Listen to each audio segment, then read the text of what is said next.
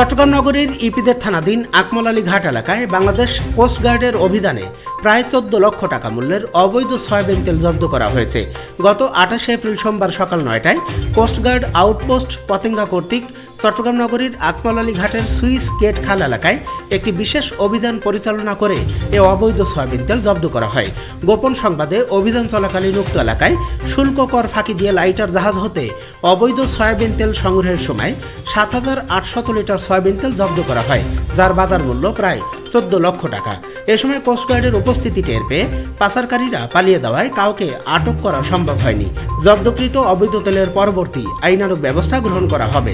Coast guard সূত্র জানায়, Bangladesh coast guard আইন শৃঙ্খলা রক্ষার্থে উপকূলীয় ও নদী তীরবর্তী অঞ্চলে 24 ঘণ্টা ব্যাপী টহল কার্যক্রম অব্যাহত রেখেছে, যার ফলে এসব অঞ্চলে আইন শৃঙ্খলা পরিস্থিতি অনেকাংশে উন্নত হয়েছে। কোস্টগার্ডের এ ধরনের অভিযান ভবিষ্যতেও অব্যাহত থাকবে বলে জানানো হয়েছে।